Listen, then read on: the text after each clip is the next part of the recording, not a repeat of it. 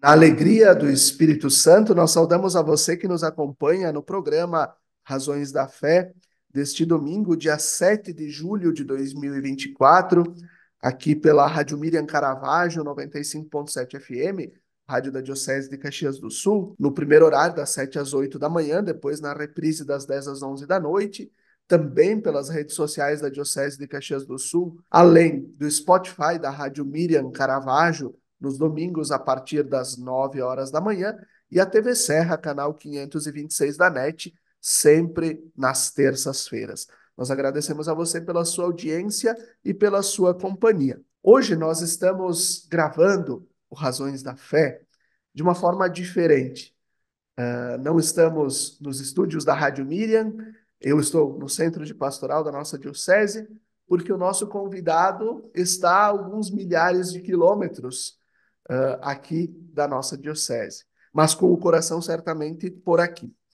Nós estamos recebendo o padre Marciano Guerra, que é padre da nossa diocese de Caxias do Sul, com formação em filosofia pela Universidade de Caxias do Sul, em teologia pela Pontifícia Universidade Católica do Rio Grande do Sul, e atualmente ele é mestrando em teologia com especialização litúrgico-pastoral em Pádua, na Itália. Olá, Padre Marciano, obrigado pela tua presença.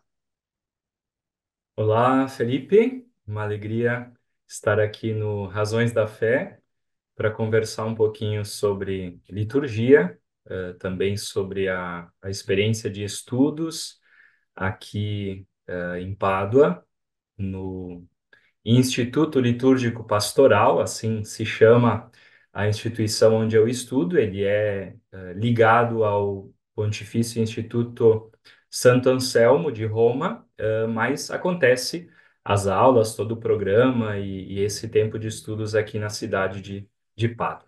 Muito obrigado pelo convite e vamos conversar um pouquinho. Perfeito. E o nosso tema de hoje, liturgia católica, fé e vida ou memória estática? É uma pergunta que vai nos guiar ao longo desse nosso programa, também para nós podermos compreender uh, a história da igreja, também nesse contexto da liturgia, e o que vai nos trazendo para o que nós celebramos atualmente. Padre Marciano, qual a relevância da liturgia hoje para a vida espiritual e comunitária dos fiéis? Olha, tem uma relevância central, né? Em primeiro lugar, porque a gente pode partir da nossa experiência concreta. Se nós temos fé, até se pode dizer assim, se nós temos uma experiência de fé, se nós acreditamos em Jesus Cristo, em Deus nosso Pai, no Espírito Santo, na sua igreja, e se nós participamos de uma comunidade de fé, com os mais diversos níveis de participação, de ligação com a nossa igreja, nós o fazemos a partir de uma experiência litúrgica, de uma experiência litúrgico-sacramental, né? A partir do batismo, que é o sacramento porta, né? Nós ingressamos nessa comunidade de fé, mas depois o batismo ele é realizado, é atuado, ele é atualizado na medida em que nós também temos uma vida sacramental, ordinária, através da celebração dominical, da palavra, da Eucaristia. Então, a gente parte disso, né, de que, sim, tem uma importância central, porque é a experiência que nós fazemos, né, e quem não faz essa experiência, de algum modo, não se sente, ou se sente ligado, mas de uma forma, entre aspas, imperfeita, né.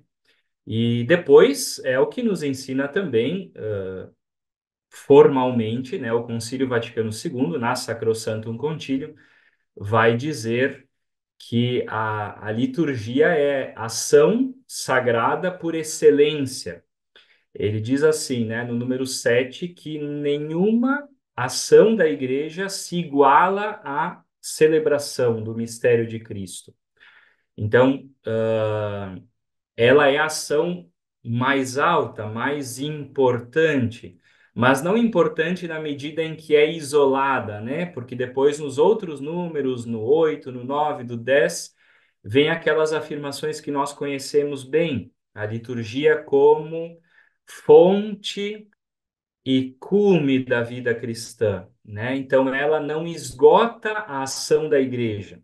Então, se de um lado a gente diz que ela tem um papel central, ela também não esgota a ação da igreja, mas ela faz essa articulação entre as diferentes ações da vida da igreja, da vida das nossas comunidades e, como você colocou na pergunta, né, da nossa vida pessoal. Nós não moramos na igreja, né? Quando a gente era criança, talvez a gente pensasse que o padre morava na igreja, né? Ele mora na casa paroquial, né? Mas ninguém mora dentro da igreja, né?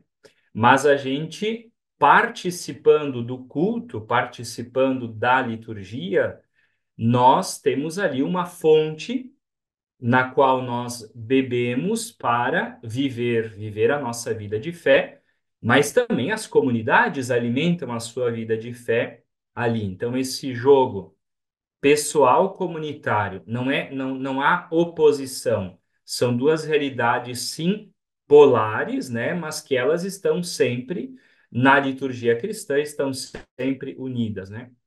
Então, sendo bem concreto, né?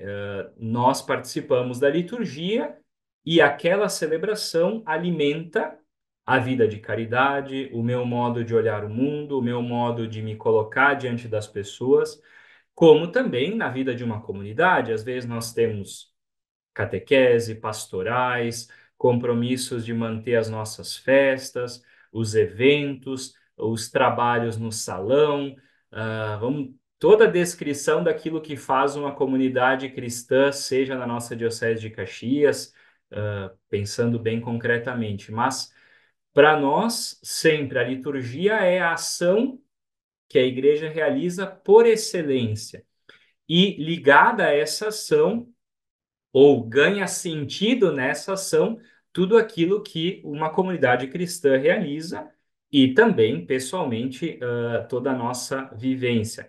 Parece uma coisa, isso que eu estou dizendo, é muito simples, né? Nós todos acreditamos nisso. É muito bonito porque nós cremos nisso porque nós somos filhos já do Concílio Vaticano II, da Sacrosanctum Concílio e da Reforma Litúrgica.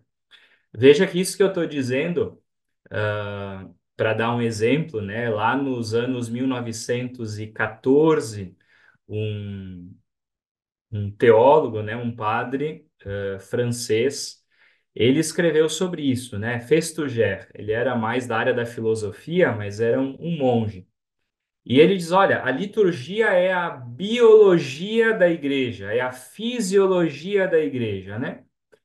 E ele foi quase condenado por isso, né? Porque existia uma visão de que a liturgia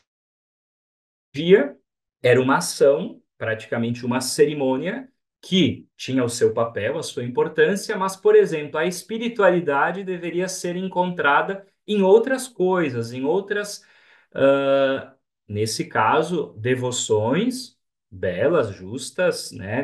Não por isso, mas o Festus vai dizer assim, não. A oração comunitária da igreja é aquilo que é a identidade da igreja, né? E ele foi, né, sobretudo pela tradição mais jesuítica, né, parisiense, foi dito, não é isso, né? E tem toda uma história ligada a isso, mas para nós é central isso. A liturgia é sim o evento, o acontecimento central na nossa vida de fé, e a partir dessa experiência, não isolada, mas ela ajuda a ler e a compreender e a formar aquilo que é o nosso ser cristão ao longo de uma vida, né? Perfeito, Padre Marcelo. Acho que é bem importante isso que tu traz. Nós somos já filhos do Vaticano II. Sim. Né? Nossos pais, nossos avós não eram filhos do concílio, pegaram a transição. Nossos pais pegaram essa transição, né? E aqui a pergunta, nós falávamos em off antes de iniciarmos a gravação, sobre, né, o caminho que o padre Marciano está fazendo em Pádua, de estudo, e que ele também trazia a instrução, a carta pastoral do Papa Francisco, Desiderio Desideravi, sobre a questão litúrgica, né, sobre a formação litúrgica do povo de Deus, e como um passo para a recepção também, sempre cada vez mais do concílio. E aí a pergunta, né? Como a liturgia foi evoluindo na igreja para chegarmos na Sacrosanctum Concilium e para chegarmos a Desiderio Desideravi durante esse pontificado do Papa Francisco?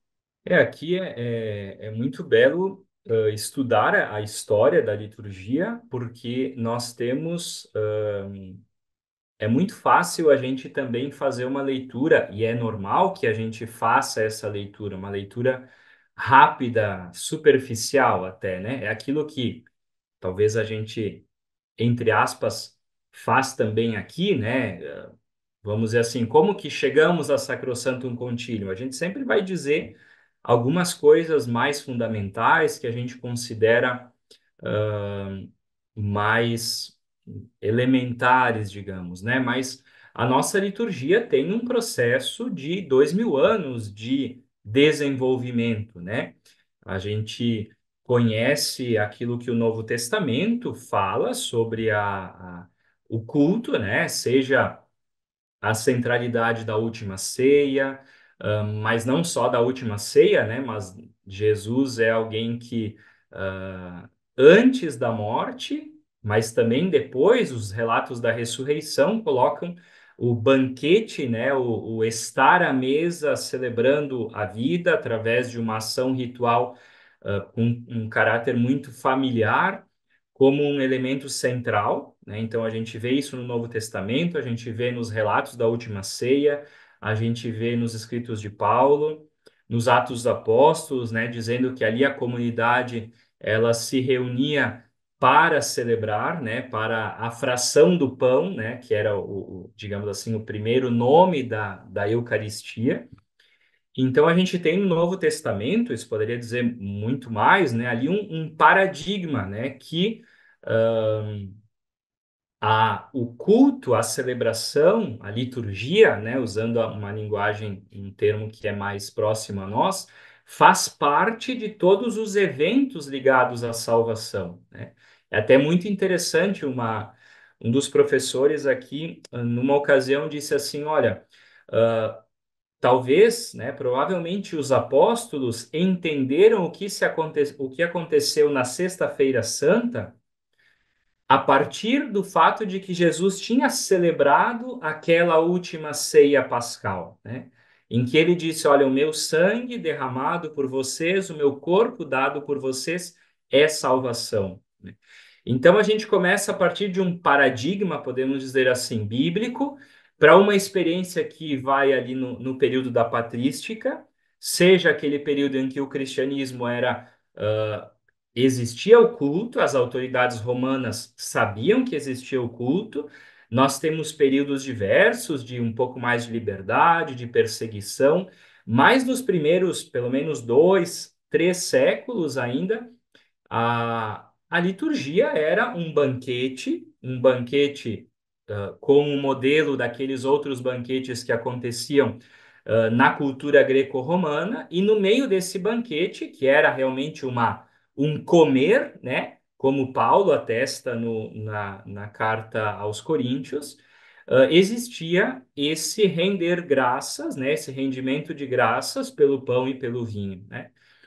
Então começa com isso para um desenvolvimento, né? Depois, quando tem a liberdade de culto e a transformação do cristianismo em religião oficial do Império Romano, tudo isso no século IV, e a partir do século IV, então, um grande desenvolvimento da liturgia a partir de ritos, de celebrações próprias, né? Eu estive agora alguns dias em Roma para fazer um estudo sobre a liturgia do sexto e sétimo século, sobretudo, as chamadas liturgias estacionais, em que o Papa ele saía do Laterano, né, São João do Latrão, onde ele morava, né, o Papa não morava em São Pedro, né, mas a Catedral de Roma é São João do Latrão, e ele saía dali durante diversos momentos no ano, 30, 40 momentos no ano, para celebrar nas igrejas. E ali nós temos uma descrição desse rito, com coisas lindíssimas, né? Por exemplo, explicitamente se diz naquele momento, século sexto, sétimo, que todas as pessoas bebiam do cálice, bebiam, comiam do pão e bebiam do cálice, né?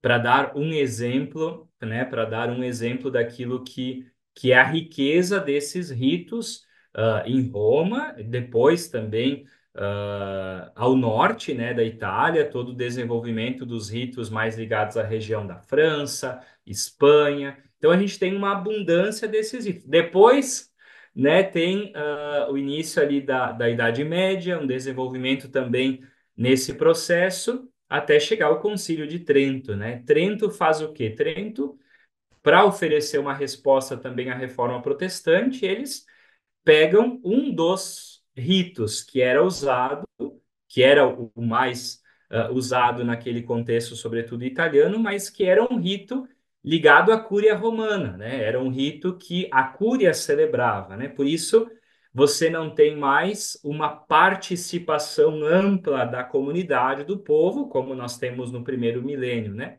Porque foi escolhido por Trento um modelo de celebração, né? Que tem a sua beleza, a sua verdade, né? Naturalmente. Então a gente tem todo um processo para chegar, né, no século XIX e XX em perceber assim, olha, como foram feitas outras reformas, nós também precisamos fazer uma reforma. Então o mais importante é entender assim que o Vaticano II não é uma ação isolada no meio, né? Não, ele é um processo, né? Tem um exemplo de um grande, que hoje inclusive é beato, Antônio Rosmini. Em 1848, portanto, mais de 100 anos antes do concílio, ele escreveu um livro sobre as 5 chagas da igreja. Ele olhou para Jesus com as chagas e disse: quais são as chagas da igreja hoje? E a primeira chaga que ele escreve é a separação entre o clero e o povo, na liturgia. E aí depois nós temos todo um desenvolvimento, nós temos Pio X, que tem toda uma abordagem doutrinal antimodernista, mas que na liturgia ele viu que precisava fazer uma reforma, fez uma reforma no canto, fez a reforma adiantando a idade da comunhão. O próprio Pio XII, né, ele começa a reforma, né? Ele, de um lado, né, num texto se chama Mediator Dei, ele diz assim, olha, temos que ir com calma, o movimento litúrgico, que era toda uma efervescência de discussões, de estudos sobre a história, tudo isso, ele vai dizer assim, olha, temos que ir com calma no movimento litúrgico, porque, e vai apontar elementos. Mas pouco tempo depois, ele já começa a reforma, né? Então, o Pio XII faz já a reforma da Vigília Pascal em 51 e 55 ele faz a reforma da Semana Santa. Então, quando João 23 assume, está na mesa dele a reforma litúrgica, né? E já era uma linguagem de que precisa fazer a reforma. E ele diz assim: olha, vamos esperar o concílio, porque por isso ele dá uma ajeitada no missal, né? Com aquilo que já tinha sido feito de adaptações, publica o missal. Nós temos o missal de João 23, mas que é um pouquinho requentado, arrumado algumas coisinhas. E aí o concílio depois vai fazer a reforma.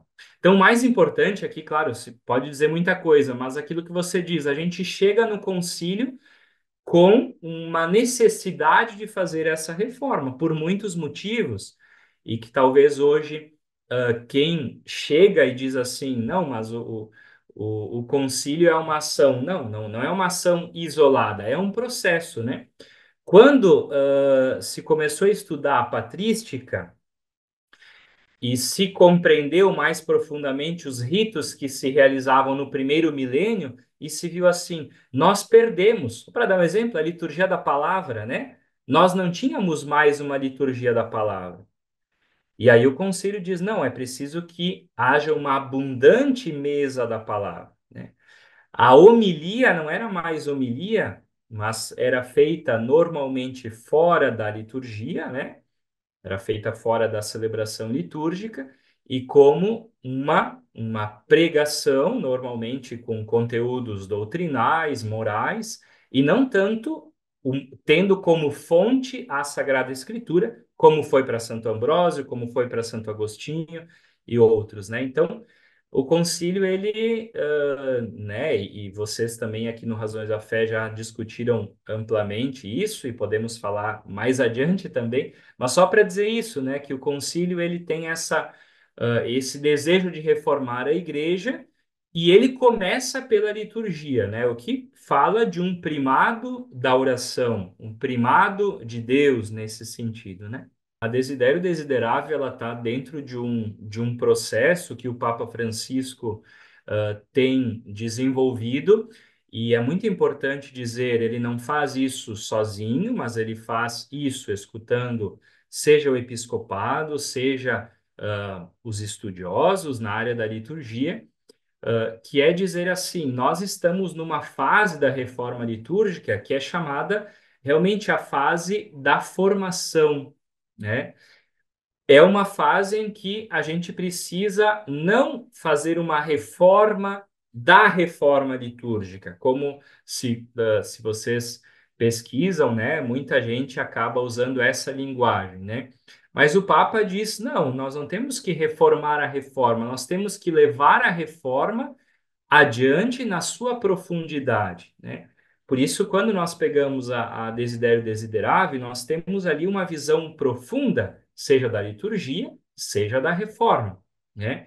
Porque em muitas situações nós também, e aqui é necessário também falar sobre isso, que nós, em muitos momentos, talvez a nossa geração teve menos acesso a isso, né? Mas toda reforma tem uma complexidade, e para receber essa reforma, a tendência é a gente também ser um pouco superficial. Depois a gente pode falar um pouquinho sobre isso, né? Mas vou dar um exemplo. O que é participação, né? Talvez em algum momento, em determinados contextos, foi entendido participar é todo mundo fazer tudo. E, na verdade, a visão de participação é uma visão mais profunda. O concílio, mas também o desenvolvimento e aquilo que o Papa nos diz, né? A participação é participar à celebração, é participar ao rito. Por isso que estar em silêncio também é participação. Mas cantar é participação também, né? Responder é participação. Então, o Papa está nos dizendo que o rito da missa, a liturgia da missa, nós somos chamados a uma arte de celebrar que é uma arte de celebrar na forma do rito, né? A fórmula aqui é tudo aquilo que o rito tem como sua capacidade, como sua potência, né?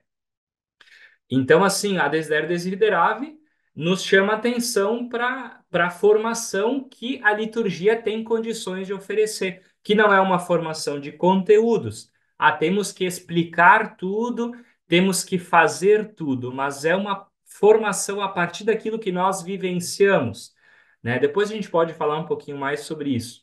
Mas a Desiderio Desiderave é um marco nesse sentido, nessa fase que nós estamos de recepção do concílio. E assim nós vamos concluindo o primeiro bloco do nosso programa Razões da Fé deste domingo, dia 7 de julho. Fique com a gente, até daqui a pouco.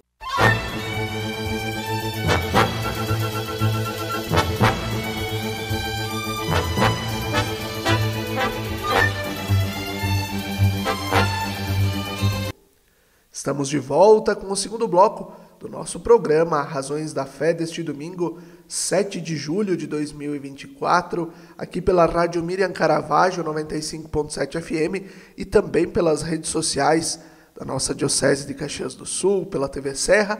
Hoje nós estamos falando sobre liturgia.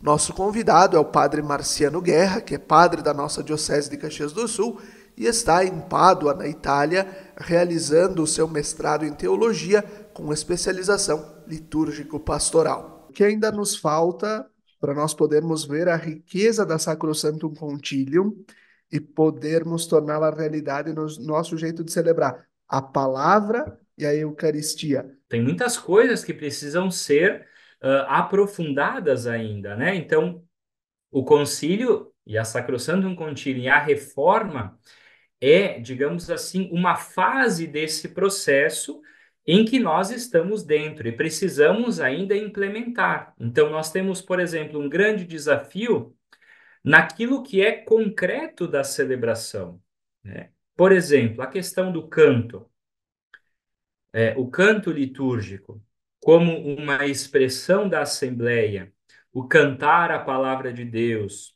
o cantar a liturgia, né? Os nossos músicos com uma visão de que eles estão realmente a serviço da liturgia e da palavra, né? Depois, aqui se fala muito nos estudos que se fazem aqui em Pádua sobre os códigos que a liturgia trabalha, né? A liturgia trabalha com o ser humano na sua plenitude, né? Não é uma visão de que a minha alma se aproxima de Deus, mas é o ser humano inteiro, né? E o ser humano é um corpo diante de Deus. E para se aproximar do corpo de Cristo, a gente é um corpo, né? E aqui tem uma visão de ser humano também. Por isso é um ser humano que cheira, né? Nós ainda temos, né? Talvez seja uma coisa um pouco de cozinha dizer isso, mas a gente tem ainda uma visão de que o incenso é uma coisa velha ou conservadora, né? Mas o incenso, não essas fumaças que às vezes a gente começa a tossir de tão ruim que é, né? Mas o perfume do incenso ativa uma dimensão, um dos sentidos do ser humano, que é o olfato, né? Depois o comer, nós ainda temos que crescer nesse aspecto para termos, inclusive, partículas que sejam realmente partículas em que a gente possa se alimentar, né? Concretamente. Depois, né? O escutar, né? A capacidade de ouvir, né? O olhar, né? Então, a liturgia é feita de toda essa realidade corporal e que se a gente vai reduzindo isso, né, por um rito assim meramente mecânico, né, chega ali o padre rapidinho em nome do Pai, do Filho e do Espírito Santo, né? Mas toda uma gestualidade, a liturgia vive do corpo, né? Tem um professor aqui que ele diz assim: rito é corpo, porque é um caminhar, é um cantar, é um falar, é um ouvir, é um silenciar, né? Talvez a gente tenha, essa é uma das coisas um pouquinho dramáticas, né? Que, inclusive, se joga muito a reforma sobre isso, né? A falta de silêncio, né? Porque nós temos uma orientação sobre o lugar do silêncio na liturgia, mas a gente tem uma dificuldade de fazer silêncio ainda, né? A gente, quando não em todos os lugares, naturalmente, mas educar para o silêncio. Romano Guardini, né, que é um dos grandes do século XX, ele diz assim: o silêncio é o seio de onde nasce a liturgia. Então, a importância do silêncio antes da celebração, durante a celebração, né, naqueles momentos que é previsto. Então a gente tem muito trabalho, né? Mas não é um trabalho para dizer assim tá tudo errado. Não, ao contrário, nós temos uma grande riqueza, nós temos muita gente engajada, nós temos uma grande preocupação dos padres também para celebrar bem, para que as pessoas possam fazer uma experiência de Cristo, né, na sua vida a partir da celebração. Mas a gente também tem essa grande tarefa, né? Perfeito, Padre Marciano. E nesse processo de estudo sobre liturgia, como tu tens percebido a riqueza da liturgia no jeito de celebrar a fé nos recantos da igreja, né? Claro que tu estás localizado na Itália, em Pádua, mas certamente também com colegas de outras partes que levam a riqueza do seu jeito de celebrar também a fé. E o que nós podemos falar sobre o jeito latino-americano de celebrar a liturgia? A liturgia, os sacramentos, né, como ensinava São Tomás, né, São Tomás de Aquino, a liturgia é propter hominis, ele dizia, né? A liturgia é para o homem, para o ser humano. E o ser humano, ao mesmo tempo em que ele é o mesmo em todo o mundo, né? Então nós somos, né, humanos, né, na África, na Ásia, na Europa, na América Latina. A gente também é muito marcado pela cultura, né? Porque a nossa relação com o corpo, com a matéria, com aquilo que nós experimentamos dentro também do contexto cultural, é sempre muito amplo, é sempre muito diverso, né? Então é muito interessante porque quando a gente tem, mas isso também quem viaja, né? Olha, se a gente pensar do ponto de vista da liturgia, é só ir para Santa Catarina ou para o Paraná que a gente já vê que tem mudanças, né, no modo de estar ali, né?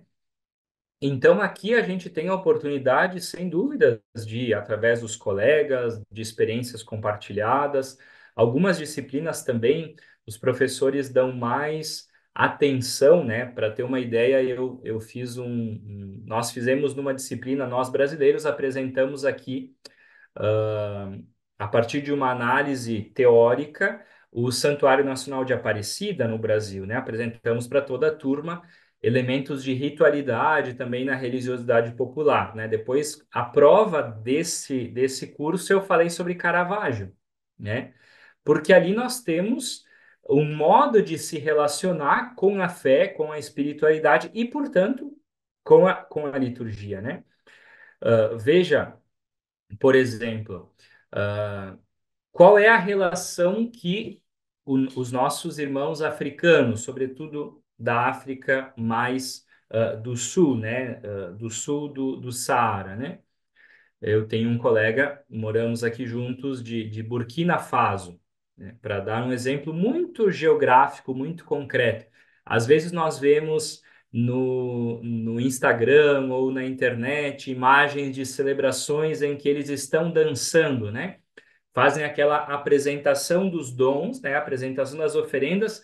Cada pessoa se coloca de pé e oferece algo, né? Galinha, frutas, um pouco de dinheiro, tal.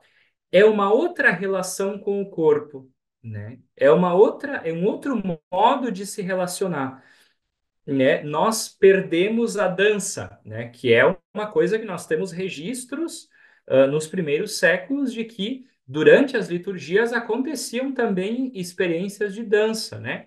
A gente não sabe exatamente como é, tem toda uma linguagem também figurada, mas as procissões, elas são resquício da dança na liturgia, né? Inclusive, a incensação é um resquício de dança, porque se a gente for ver, a incensação, ela, o sacerdote, né, o presbítero que preside a celebração, ele gira em torno ao altar. É uma dança estilizada, digamos assim, né? Então, para esses povos, o dançar é parte, eles nascem dançando, né? Então a gente vê que depois assim, nós estamos tudo falando do rito latino, do Ocidente, mas existem as igrejas que elas estão unidas a Roma, que são católicas como nós, mas que têm outros ritos, né? Por exemplo, em que boa parte, sobretudo a liturgia eucarística, ela é feita escondida, ela é feita num lugar protegido, digamos assim, né, em que procura, através dessa forma ritual, ahn, uma visão mais profunda de mistério, né, do mistério que ali se realiza. Então, estar aqui significa estar dentro de um contexto em que a gente pode experimentar diferentes realidades, isso sim. E a gente se entende latino-americano mais ainda, né?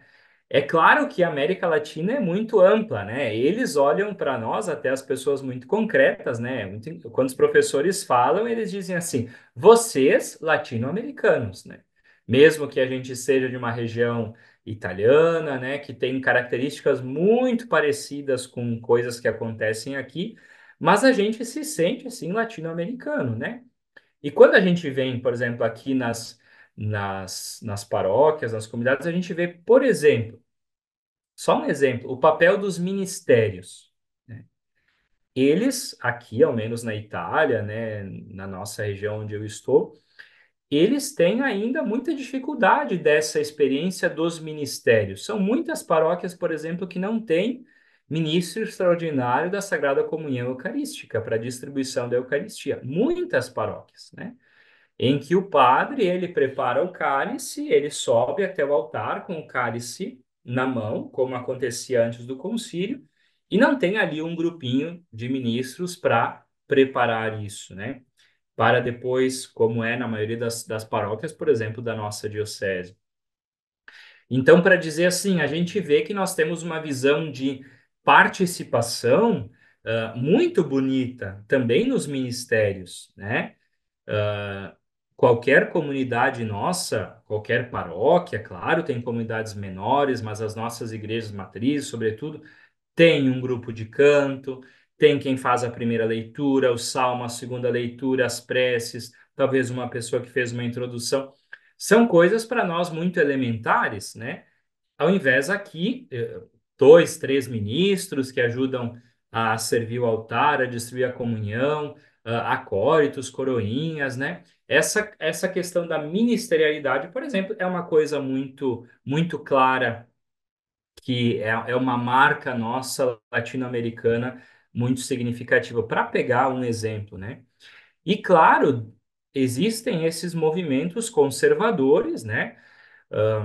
Aqui eu me coloco junto àquilo que o Papa Francisco tem dito, né, sobre isso, se a gente pega as suas falas, né? Quando a gente estuda a história da liturgia, a gente vê que na verdade, esses grupos não conservam a tradição, eles conservam uma parte da tradição que não deve ser negada absolutamente, mas que também não deve ser sacralizada, né? Sacra é a liturgia nos seus ritos, preces, o seu desenvolvimento nesses 2000 anos, mas não sacralizar 400 anos, né? Como a única forma de acessar, né, a salvação e a experiência de Deus. Isso não é ser conservador, né?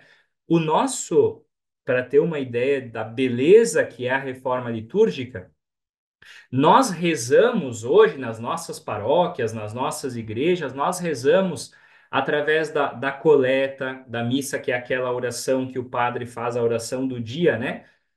Quando ele, no início da missa, depois do ato penitencial, diz: oremos. Nós temos orações ali que elas são dos primeiros textos que temos conservados, né? Que é o Sacramentário Veronese, que é conservado aqui em Verona, no norte, né? Também, que são lá do quarto, mas do quinto século. Nós rezamos orações hoje que elas são do quinto século, né? Antes disso, né, a oração eucarística 2, que é aquela que nós comumente rezamos, ela é anterior a isso, né? Então nós temos uma riqueza hoje que isso sim é conservar. É claro que nós precisamos, repito, colocar em ato a reforma, né? Não é dizer assim, porque eu rezo essa oração, eu tô... Não, a gente precisa colocar em ato, em sentido pleno, aquilo que a reforma nos oferece, né? O importante é de a gente estar com a grande igreja, né?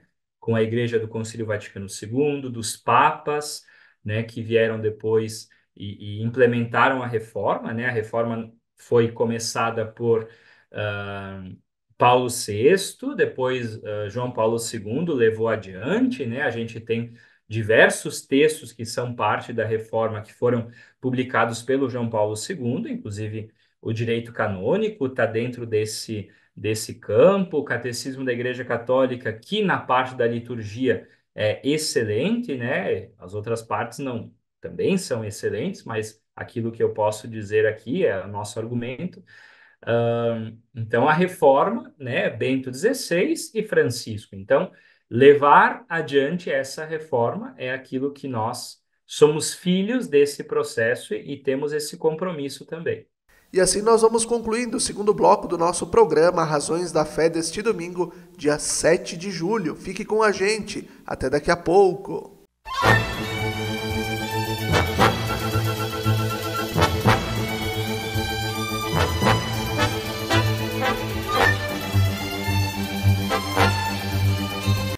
Estamos de volta com o terceiro bloco do nosso programa Razões da Fé deste domingo, dia 7 de julho de 2024, aqui pela Rádio Miriam Caravaggio 95.7 FM e também pelas redes sociais.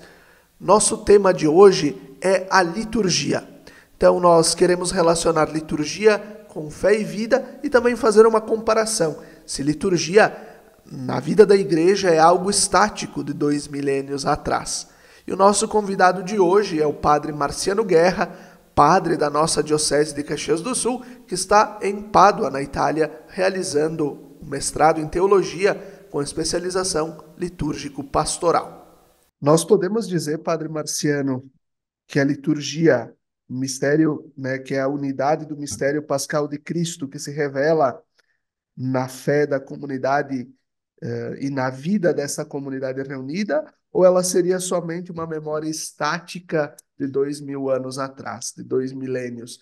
Ela se revela na fé e na vida, nós temos que também fazê-la fé e vida, ou tornar nossa vida uma liturgia também, um momento de oferecimento, de entrega dos dons, ou é algo que fica parado em 2 mil anos de história? Sim, o próprio conceito de memória, né, quando nós temos nas palavras de Jesus, façam isso em memória de mim, e nós afirmamos usamos essa palavra, né, o fazer memorial. Essa tradição nós recebemos da tradição judaica, né? Fazer memória não é só contar uma história do passado, né? Fazer memória é que aquela narrativa, aquilo que eu conto, leio, no caso nosso da escritura, ela se torna uma realidade aqui hoje, no hoje da história. Os estudos mais antropológicos, digamos assim, eles vão dizer em termos técnicos o seguinte, que a doutrina da igreja ensina isso desde sempre, né? Nós temos a narrativa, né, que é chamada antropologicamente de mito, né? Mito aqui no sentido da narrativa fundante, dos eventos fundantes, né? Que para nós cristãos é aquilo que temos escrito na Sagrada Escritura, né? A pessoa de Jesus Cristo, a sua ação. Essa narrativa, essa experiência fundante, ela é possível acessar essa experiência, trazer essa experiência para o hoje da história através do rito, através da liturgia. Por quê? Porque se nós só lemos um texto, como eu pego um livro aqui, eu leio esse livro aqui, eu faço uma leitura, isso não me garante que aquela experiência ela é atualizada. Em todas as culturas, em todos os povos e também na nossa comunidade de fé, fazer memória é recontar aquela história como parte de um rito e esse rito me faz entrar naquela história, né? Quando nós não temos mais acesso ao corpo de Cristo, o corpo de Cristo era Jesus na sua integralidade. Ele viveu os 33 anos, morreu, ressuscitou e foi para junto de Deus Pai. Então, como que nós acessamos a vida de Cristo? Como que nós acessamos o corpo de Cristo? Nós acessamos, nós tocamos o corpo de Cristo pela liturgia, né? E aí nós depois diremos, a partir da liturgia, nós aprendemos que se toca o corpo de Cristo na carne dos irmãos, né? Aqui pode ser que seja uma coisa, uma sutileza, talvez não seja, porque depois você sabe, né, Felipe, que os estudos, o pessoal se rola no chão brigando depois, né? Mas assim,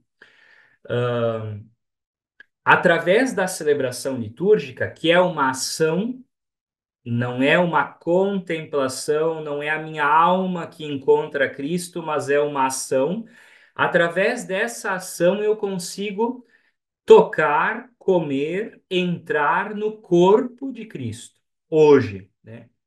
Veja que os dois, né, nesse sentido de força e de potência, principais sacramentos, né, o batismo e a Eucaristia, eles têm essa dimensão. O batismo, a gente recebe um pouquinho de água na nossa cabeça, mas devagar nós estamos redescobrindo a força que tem não só umas gotas de água, mas sermos mergulhados, né? Batismo significa mergulho, né? O batismo significa mergulhar em Cristo, né? Então, a liturgia me permite mergulhar, que é diferente de ter um pouquinho de água na cabeça, é entrar dentro do mistério de Cristo, né? E veja, a Eucaristia é o contrário, não sou eu que mergulho, mas é Cristo que entra em mim.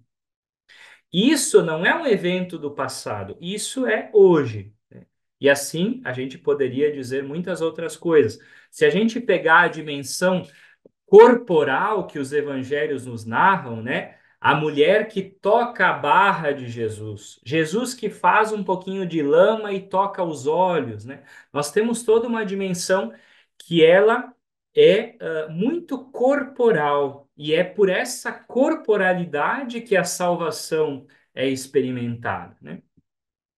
Então, nós temos na liturgia, né, isso é muito o paradigma que o Concílio Vaticano II nos traz, né? Até é usado um termo técnico, porque esse é um termo ligado à cristologia, né? Que é a chamada dimensão teândrica, né? O que é a dimensão teândrica? Em Cristo, a humanidade e a divindade estão unidas de tal modo que nós não conseguimos separar essas realidades, né? Quando nós tocamos, as pessoas que tocaram a carne de Cristo há 2000 anos, elas tocaram a carne de Cristo, que era humano e Deus, né? Eles não foram encontrar Cristo num outro momento para dizer agora nós estamos tocando o Filho de Deus. Não. Quando eles tocaram a Cristo, concretamente na sua carne, eles estavam tocando o Filho de Deus. Essa é uma coisa muito profunda. A liturgia também é assim.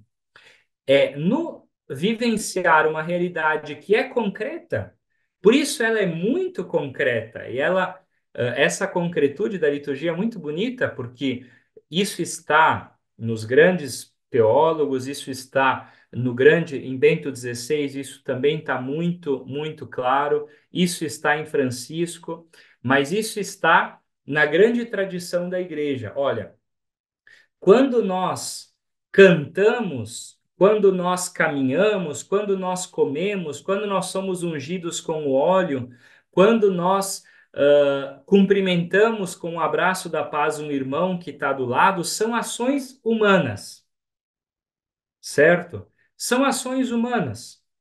Só que essas ações humanas são o modo como se revela, se manifesta a presença de Cristo, né? Então, a liturgia é, nesse sentido, como ensina Sacrosanctum Concilium, humana e divina, né? A gente não consegue diferenciar, né? A gente vai, isso é de Deus, né? Isso é claro que a gente precisa distinguir quais são ações que realmente, por isso que é importante respeitar, né, vamos dizer assim, o rito da missa, porque é no rito que a igreja prevê como sendo o rito da celebração, nesse rito se expressa aquilo que é a presença de Cristo. Por exemplo, né, nós quando damos o abraço da paz, é muito complexo porque a pandemia também quase fez a gente perder o abraço da paz. Eu me surpreendi quando eu cheguei aqui na paróquia, para você, um exemplo muito concreto, aqui em Pádua, na paróquia onde eu estou, se dá o abraço da paz todas as missas de final de semana, todas as missas, né? O ósculo da paz, né, a gente não faz mais, né, através de um beijo, porque cada cultura também tem o seu, mas Paulo saúda os cristãos com o ósculo da paz. Nós temos esse rito do abraço da paz nos primeiros séculos como muito importante, né? E nós acabamos que perdemos isso, né, por uma série de elementos culturais, agora nós temos a higiene, tudo isso. Mas o abraço da paz, quando eu abraço meu irmão, eu experimento nele a carne de Cristo. Ele é uma revelação para mim da presença de Cristo. Inclusive quando eu sou convidado por Cristo a perdoar, a ter paciência, a recomeçar, a entender que Ele é a presença de Deus na minha vida. Isso que significa para nós que a liturgia alimenta a vida, né? Porque aqui tem o jogo de fé e vida, você tinha colocado isso na pergunta, eu fui falando mil coisas, mas o jogo fé e vida, né? Não basta, eu sei que talvez isso fique um pouco seco, mas assim, não basta levar a vida para a liturgia, né? Por quê? Porque se eu levar a vida para a liturgia, por exemplo, quando eu não gosto de alguém, nem vou entrar na fila da comunhão perto daquela pessoa. Eu vou sentar longe daquela pessoa. E se eu sentar perto, eu espero que o padre não diga para dar o abraço da paz, porque eu não quero olhar nos olhos daquela pessoa, né? Veja, levar a vida é levar tudo aquilo que nós temos na nossa vida, no nosso coração, nossas angústias, nossas grandezas, mas também nossas misérias. A liturgia, nós levamos a vida, mas nós entramos numa outra vida. Aqui entendido que nós aprendemos com aquilo que nós realizamos. E eu estou usando todos os exemplos, não sei se você tá vendo, Felipe, todos os exemplos muito concretos, rituais, sem falar de tudo aquilo que nós aprendemos por um conteúdo, né? Quando a gente proclama a palavra, ali tem um conteúdo. Jesus me diz para perdoar, depois a homilia do presidente da celebração vai me falar sobre o perdão. Mas eu estou falando aqui que nós comemos do mesmo pão. Então, eu levo a minha vida, mas a minha vida às vezes quer jogar o meu irmão pela janela, né? Ou a minha vida me diz assim: olha, eu tenho que cuidar de mim, das minhas coisas, da minha família. Agora, se tem alguém que não está bem, se tem uma pessoa que está passando fome, se tem alguém que está morando na rua, talvez a minha vida leve isso, mas a liturgia me faz entrar numa outra esfera, né? Então, essa coisa, liturgia e vida tem uma sutileza aqui. Sim, a gente leva a vida, né? No sentido de que nós temos que rezar com a nossa vida, com o nosso corpo, com as nossas realidades, né? Mas, de outro lado, nós saímos também da vida para aprender com a vida de Cristo que se revela em uma comunidade de fé. Então, não é sair da vida no sentido de que a vida não é importante. Porque aqui, só para dizer, uma das fases da recepção do concílio, se diz sobretudo a segunda fase da recepção do concílio, jogou muito com isso, com a necessidade de levar a vida para dentro, né? Por quê? Porque a gente vinha de uma liturgia que não tinha, entre aspas, nada a ver com a vida, né? As pessoas sentavam, faziam a sua meditação, tinha os livros de piedade, o nosso povo ali na Serra Gaúcha, né? Como éramos talvez um pouco mais simples. As pessoas, às vezes, né, se pensar, os meus avós, por exemplo, não sabiam praticamente ler, escrever, sabiam muito pouco, então eles não liam um livro de devoção, a imitação de Cristo, ou sei lá o quê. Eles rezavam o terço, né? Mas o que acontece é que parecia realmente uma completa separação da vida e aquilo, mas tem ali o meio termo, que é dizer assim, a gente leva a nossa vida, mas a nossa vida também é elevada para uma outra realidade, né? Que isso é muito bonito, né? Isso é muito bonito. Não sei se, se mais ou menos me. É isso, eu acho que tudo que nós fomos falando ao longo desse programa vai chegando, vai canalizando para o caminho de que a celebração da Eucaristia, a celebração da comunidade, o banquete eucarístico, ele nos deve levar para nos assemelharmos ao Cristo que se doa na cruz, o Cristo que se doa no pão e no vinho, para que nós também nos tornemos estes pequenos cristos na vida do irmão, daquele mesmo irmão que a gente às vezes quer jogar pela janela, né? Uh, então, que nós nos tornemos este Cristo pequeno que sabe perdoar e que possa também transformar a própria vida, mas possa também ajudar a transformar a vida do irmão a partir daquilo que nós celebramos ao redor da mesa, né? Da mesa da palavra e da mesa da Eucaristia.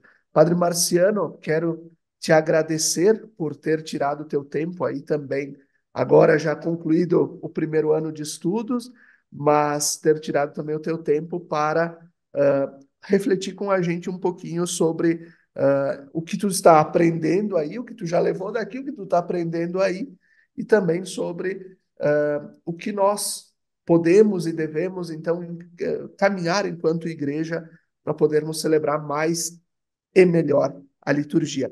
E aí eu concluo com a pergunta: como está sendo a experiência de estudo em liturgia pastoral aí em Pádua? E está te fazendo bem esse processo? Esses dias tu também foste celebrar, né, a solenidade de São Pedro e São Paulo em Roma, quando celebrou com o Papa Francisco. Como foi todo esse processo e, ao mesmo tempo, quais são os próximos passos até o teu retorno aqui para a nossa diocese? Olha, em primeiro lugar, é uma grande oportunidade, né, a qual eu sou muito grato à diocese, ao clero, aos meus colegas padres, né, ao povo de Deus todo, né, que permite, como outros tiveram ao longo da história da nossa diocese, essa possibilidade de uma qualificação em uma área específica que depois o objetivo, né, desse projeto, desse tempo de estudo é ajudar na diocese, na liturgia, naquilo que eu puder colaborar e gastar, né, o ministério, seja numa paróquia, naquilo que será o futuro, né, mas ajudando nesse campo da liturgia. Então, esse é o primeiro sentimento de gratidão, assim. Eu estou bem. Existe um processo de adaptação, que ele não é uma coisa simples, né? Adaptação da língua, das pessoas. Você chega aqui, não conhece ninguém, precisa conhecer todo mundo. Eu fui acolhido numa paróquia de Pádua, né? Então eu moro numa paróquia, eu colaboro aqui nessa paróquia com missas, com algumas ações pastorais, confissões, coroinhas, jovens, alguma presença na vida cotidiana da paróquia, né? Nós formamos uma comunidade, somos 4 padres que atuamos aqui, sendo que um vem no final de semana, então 3 sempre, e o padre que me acolheu aqui, ele já recebeu muitos estudantes, então a prioridade é o estudo, né? Então tem as aulas aqui são segunda, terça e quarta, e depois o resto da semana é estudo e final da semana sempre as atividades pastorais. Então é muito bom o fato de estar muito ligado ao povo, seja para aprender a língua, seja para conhecer a cultura, né? Claro que a gente tem muita coisa que a gente vai experimentando, né? Por exemplo, aqui se come muita sopa de agnoline, né? Então, o pároco soube, né, a partir das partilhas, que a gente comia muito em casa e na nossa região. Tá? Então, no inverno, ele fazia com muita frequência, né, e a gente preparava juntos até para ele dizer assim, para você matar a saudade de casa, né? Então, assim, esse aspecto cultural que também é muito importante. Depois as oportunidades, né, de conhecer lugares e dentro de uma lógica de estudo também o fato de conhecer espaços litúrgicos, celebrações, ajuda muito a abrir uma visão da história, sobretudo, né? Então eu tive a oportunidade de ir para Roma esses últimos dias, terminaram os exames no dia no dia 26, depois no dia 28 eu fui para Roma para celebrar São Pedro e São Paulo com o Papa, né? A primeira vez que eu celebrei na Jornada Mundial da Juventude, quando estive, mas a primeira vez aqui no Vaticano. Então foi muito bom também, né? Poder ter essa experiência, poder estar ali. É um dia de se sentir em comunhão com o Santo Padre, então foi um momento muito bonito, muito emocionante, né? De um ponto de vista também litúrgico, porque tudo acaba sendo uma experiência que ajuda, né? E agora, então, é um período de férias. Aqui são as férias, é um período de quase 3 meses de férias, corresponde ao nosso dezembro, janeiro e fevereiro, né, ali no Brasil, então agora até o final de setembro, mas existem as programações da paróquia, nós temos atividades com jovens, eu estou também muito feliz porque vem uma parte da minha família, vem me fazer uma visita no final desse mês, eles vão ficar aqui alguns dias, então é um tempo de férias também para descanso, porque o período dos estudos, dos exames é bem puxado, não dá para brincar assim, né? Os exames, né? A gente chama os exames as provas, são feitas todas em língua italiana e aqui no instituto são todas provas orais. Então você entra na sala e o professor vai te fazer perguntas a partir do conteúdo de todo o semestre, né? Então é um processo que para preparar também no ponto de vista emocional,